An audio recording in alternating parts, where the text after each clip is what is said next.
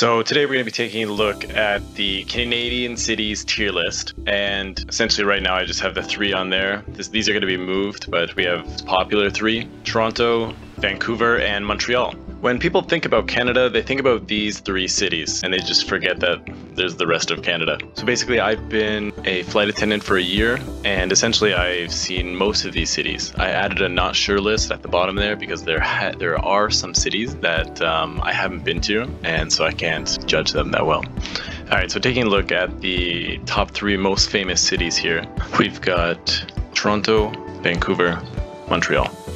So I'm going to move these around a little bit. For now, I think we'll leave it like that. I think Toronto's a little bit overrated. The public transportation's not that good, especially for its high price as Canada's biggest city as well. I'm going to leave Vancouver in the S tier, although it's Canada's most expensive city, with like one-bedroom apartments being like $3,000 now, which is essentially a whole Canadian salary. It has its perks. Vancouver has probably the best public transportation in Canada, the SkyTrain. It's very, very efficient. The weather in Vancouver is probably the best in Canada as well. It's very, very mild. A lot of rain, but no snow. Lots of events, shows, lots of things to do, friendly people, beaches, mountains, forests. Basically, Vancouver has it all, but you're paying the price as it's insanely expensive. And then we have Montreal. Montreal is the cheapest one out of the three, most affordable, also being one of the uniquest places in Canada, I would say. Quebec has this unique vibe of like old European style buildings. Montreal is also a comedy hub, so if you're into stand-up comedy or shows like that, Montreal is the place to be. So while it's a little more affordable, the public transportation's still good. You have all the shows and events and entertainment you could possibly want. The jobs are good. The downside of Montreal, and this is just, I found out recently as I work for a bank, all the fraud and scammers are in Montreal for some reason. Like if you're living in Montreal, possibility of you being like scammed just like that is much higher than any other city. To be honest, I'm not sure why, but that's a minor thing. Montreal's still an S tier city. All right, next up, Charlottetown. To be honest, I got to put this in not sure. Charlottetown, Prince Edward Island, famous for the book and story Anne's Green Gables. To be honest, I know nothing about this city. I never flew there when I was a flight attendant. I never visited there. It's just never been on my list, so I can't really judge it. Next up is Inuktitut. Inuktitut? I don't even know if I said that right. To be honest, this city's in the middle of nowhere. It's a capital city, but its population is like maybe 10,000. So I know nothing about this city, to be honest. Next up, we have St. John's, Newfoundland. To be honest, I've only been here once. Everyone is super friendly. The people there are nice. The city's nice. It's a smaller, tight-knit community. But in terms of like jobs, infrastructure, everything like that, employment, salary, it's somewhere in between A and B. Sorry, B and C. I'll put it at B for now, but we might move it later. Calgary. It's probably in between A and S, maybe the end of S, start of A. We'll put Calgary. I say this because Calgary is one of the kind of last affordable cities, I think. It's like being in Alberta, have this like major city vibe with good transportation, nice people, lots of things to do and see, while still being affordable. People living in Alberta are lucky. They pay a lot less in tax. They're at about 5%, something like that, which is a lot less than Ontario, which is 13. British Columbia is 11 or 13 as well. Next up is Kelowna, British Columbia. This is kind of a hidden gem. It's basically, so I'm going to put it in the A tier because it's like a beautiful city surrounded by nature. And it's basically meant for people that love hiking in the outdoors, but essentially you're going to be paying the same prices. So I throw it in the A tier because if you're working like a remote job and you don't want to be in the big city, this is probably the best choice for you. So I just put Halifax in the A tier. Basically, my reasoning for this is Halifax is one of those cities that's up and coming. It's on the East Coast, and a lot of people are being priced out of Vancouver. And if they want to live by the ocean, they choose Halifax. I've been to Halifax many, many times. I love it every single time. The weather's a little bit more extreme. Halifax does get hit by hurricanes, and it does snow there until about April or May sometimes. So the weather is a little bit colder. It's not as warm and nice as Vancouver. But if you like living next to the ocean and you like that kind of ocean vibe, Halifax is a great option. It's definitely more affordable than Vancouver and Toronto.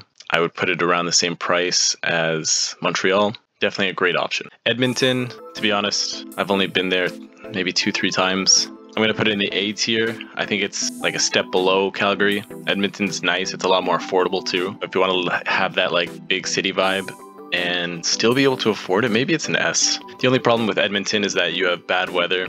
It's going to be cold most of the year. I'll put it back in A. We might move it around later. Next up, we have Moncton, New Brunswick. I think this is kind of a sleeper city. It's a hidden gem, you know, on the up and coming right now. I'm going to throw it in probably B for now, but I think this, like, New Brunswick's on the rise. It's the fastest growing province in terms of like population. Regina, the reason I put Regina in C is it's not a bad city. So I've been to Regina once and it wasn't a bad experience. It was fine. I was just passing, but I think it's just not astounding. Like, it's not a great city. It's just your average regular city with nothing special going. They do have their big stadium there, which might be an advantage for some people to sports, if you're thinking about Regina and Saskatoon. But to be honest, I think Saskatoon beats it every other aspect. Next up, we have Ottawa. To be honest, I'm going to throw Ottawa in the S tier. The reason for this is Ottawa is pretty cheap to live compared to Toronto, Vancouver. I also feel like that. Ottawa's cheaper, and not only is it like the capital of Canada, so you've got all of the Parliament buildings, they really try to maintain it and make this full. There's also a lot of government jobs there, which means usually government jobs in Canada have a higher salary and have good benefits and everything like that goes along with it. So now not only do you have a affordable place to live, you've got a beautiful city, and you've got a good salary. All of these things put together, I think Ottawa's an S tier city. Next up is Quebec City. It's between an A and a B. I'm going to throw it in a B for now. Quebec City has beautiful nature. It's got beautiful buildings, the architecture, European style castles, but likely you're going to have to be speaking French there. Quebec City is a very French city, unlike Montreal. Montreal, you can get by with just English. Quebec City, likely you have to speak both languages, French. I think if you're bilingual, I would bump this up to an A, but in a general sense, for most of the population, most of the immigrants coming to Canada, to B. Next up, we've got Whitehorse here. To be honest, I don't know too much about Whitehorse. I've never been. It's famous for the Northern Lights, but it's cold all year round. To be honest, I don't know too much about it. I've always wanted to visit. It's been on my list, but my airline never flew there, so I never had the chance to go. Also, another city famous for the aurora in the sky is Yellowknife. My airline didn't fly there as well, so I have no idea about it. Just all I know is that it's cold and they have aurora. All right, we've got Saskatoon on here. I'm going to throw it in B for now. I think Saskatoon, I just passed by there once. I drove through and it's got a lot of nature. It's got a big university. It's on its way up. I would put it kind of similar to New Brunswick. Saskatoon, they are growing in population as most Canadians can't afford Toronto, Vancouver for other cities to go to. Saskatoon's definitely one of those options, as it's got a great university, great nature, good transportation, and cheaper housing. Victoria, I'm going to throw in the S tier as well. Kind of similar to Vancouver. It's almost as expensive as Vancouver, except you don't get the public transportation, you don't get like the SkyTrain, but what you do get is more of like a smaller city feel. You don't have as much homeless people or garbage as Vancouver. You just have, so Victoria is the capital of British Columbia, so they really, really try to keep it beautiful. It's got kind of similar vibe to Ottawa with the big Parliament style buildings, but you're surrounded by nature. The climate's very, very warm. It's very mild. It doesn't snow. And the perk is that you're so close to Vancouver that if you need something from the city, you're just like a 30-minute boat ride away. But again, this city suffers the same thing from Vancouver. It's way too expensive. If you want to live here on like a $50K salary, you're going to have like 10 rooms. Fredericton, to be honest, I've only been here once and it was many, many years ago. But like I've said, New Brunswick's on its way up. It's a great place. It's half French, half English. There's a big French-speaking population there, but you can still get by on English. It's not that large of a city. There's not too many things going on there. But if you're working remotely and you want a city to settle down in, Fredericton's a great choice. Winnipeg. I'm going to put it to be honest, I'm putting Winnipeg in C. I've been there many, many times, and I love Winnipeg in the summer. But in the winter, Winnipeg is freezing. Like, so cold that your car won't start, your face is going to freeze off, your tears are going to fall from your face and turn to icicles. Winnipeg's just too cold. I can't stand it. I noticed Winnipeg had a lot of homeless people as well, but what I will give Winnipeg is it's cheap to live and there's good jobs there. You can make a good salary as long as you can bear the cold. So I put it in C. I think if you like cold, extremely cold weather, maybe you can even bump it up to like an A. Finally, we've got Kingston. I might put it in B, maybe A. We'll do B. I put Kingston on here because it's Canada's old capital. Before Ottawa, it was Kingston. And that kind of stuck around with, they kept the city beautiful. They kept all the old building structure. And Kingston's also home to university, I'd say one of the best universities in Canada. Elon Musk went there as well. So it's kind of got this young university vibe to it while having buildings and nature, and it's right by a lake. It's a very beautiful city that not a lot of people know about. It's halfway in between Toronto and Ottawa, so definitely consider it.